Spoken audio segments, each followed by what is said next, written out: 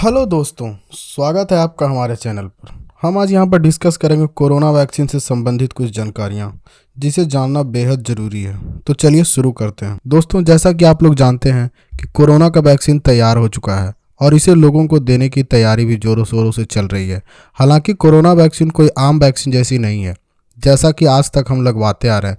यह बिल्कुल ही एक नई और अलग तरह की वैक्सीन है, जिसके चलते लोगों के मन में तमाम तरह की चिंताएं और सवाल है कि क्या होगा, नहीं होगा और भी बहुत कुछ। आज हम यहाँ पर उन्हीं चिंताओं और सवाल पर बात करेंगे और कोरोना वैक्सीन को लेकर लोगों के मन में जो आम सवाल है उसके जवाब जानने की कोशिश करेंगे। तो सबसे पहले यह जानते हैं कि हमारे यहाँ वैक्सीनेशन कब स्टार्ट होगा। देखिए, अभी तक के प्राप्त जानकारी और खबरों की माने तो वैक्सीनेशन इसी महीने यानी जनवरी से स्टार्ट होने की बात कही जा रही है, लेकिन इसका कोई ऑफिशियल डेट नहीं दिया गया। हालांकि गवर्नमेंट इसकी पूरी कोशिश कर रही है कि वैक्सीनेशन जल्द से जल्द स्टार्ट हो जाए, जिसके लिए पिछले दिनों ड्राई रन भी किया गया है।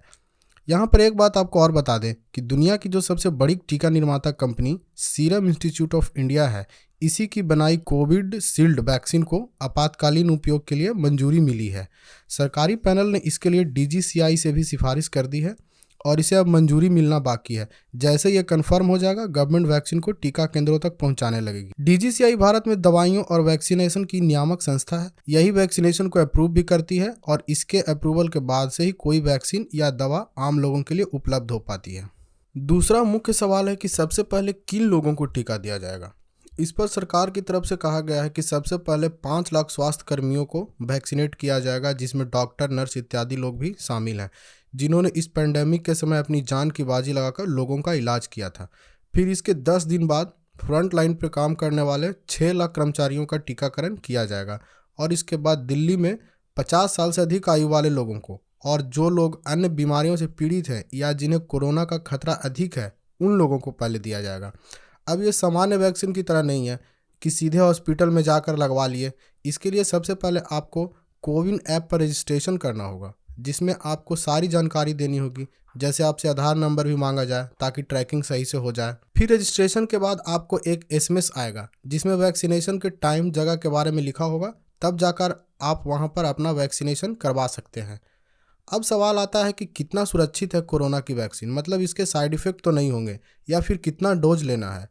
इस पर एम्स के पूर्व निदेशक का कहना है कि वैक्सीन बनाने में 9 महीने का टाइम लगा है। इस दौरान इसे कई लेवल पर चेक भी किया गया है और यह वैक्सीन सुरक्षा मानकों पर पूरी तरह से खरी उतरी है।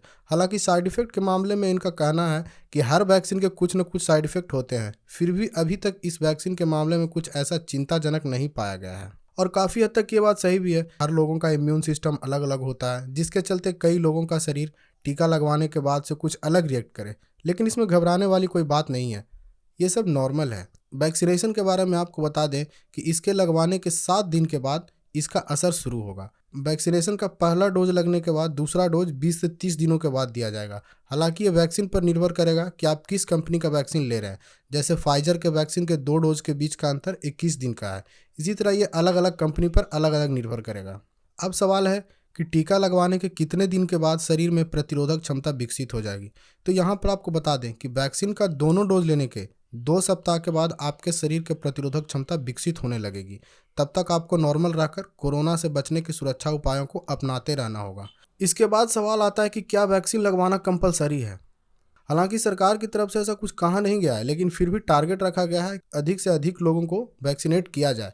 इस पर डब्ल्यूएचओ का कहना है कि अगर विश्व के कुल आबादी के 70% लोगों को भी अगर वैक्सीनेट हो जाते हैं तो इसमें बड़ी कामयाबी मानी जाएगी। अगला इंपॉर्टेंट सवाल है कि क्या कोरोना से ठीक हुए लोगों को भी वैक्सीन लगवाना है। जी हाँ, लोग कोरोना से ठीक भी हो गए हैं, उन्हें भी कोरोना वैक्सीन लगवाना जरूरी है, क्योंकि ठीक होने के 3 महीने बाद तक ही उनमें कोरोना से लड़ने की क्षमता रहती है और बहुत से दोबारा कोरोना के मामले सामने आए हैं।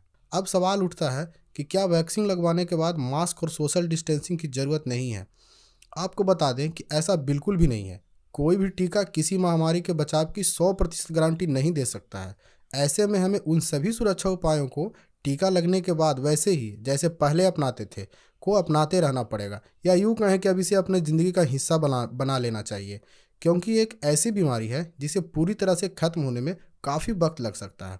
यहाँ पर एक बात और बता दें कि वैसे भी टीका लगाना हर व्यक्ति को संभव नहीं है और गंभीर बीमारी से पीड़ित लोग टीका नहीं लगवा पाएंगे, जैसे एड्स या कैंसर इत्यादि जैसे गंभीर बीमारी से पीड़ित लोगों को टीका नहीं दिया जाएगा। अभी कुछ दिन से यह अफवाह भी उड़ रही है कि टीका लगवाने से महिलाओं और पुरुषों के फर्टिलिटी पर क्या असर पड़ेगा। तो चलिए इस बात को जानते हैं। हालांकि रिसर्च के दौरान अभी तक इसके कोई प्रत्यक्ष प्रमाण नहीं मिले हैं कि कोरोना वैक्सीन मानव के फर्टिलिटी को प्रभावित करता है। इस मामले में शोध कर रहे मियामी यूनिवर्सिटी अमेरिका के वैज्ञानिक रंजीत रंगास्वामी का कहना है कि ऐसा बिल्कुल भी नहीं है, लेकिन फिर भी हम लोग इस पर अभी रिसर्च कर रहे हैं। कई लोगों का कहना है कि कोरोना के नए स्ट्रेन जो लंदन से हमारे देश में भी फैल रहा है पर वैक्सीन का असर नहीं होगा।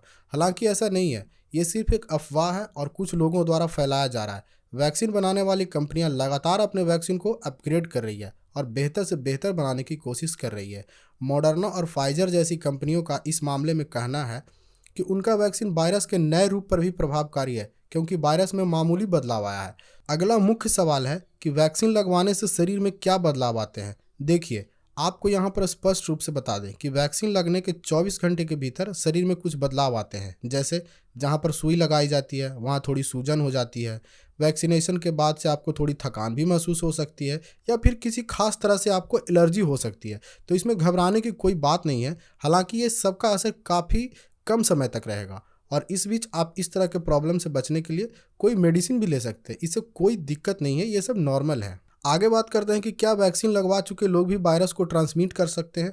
इस पर स्पष्ट रूप से ये जान ले कि अभी जो वैक्सीन दी जा रही है ये वायरस के दिखने वाले लक्षणों के प्रति बॉडी को प्रोटेक्ट करेगा।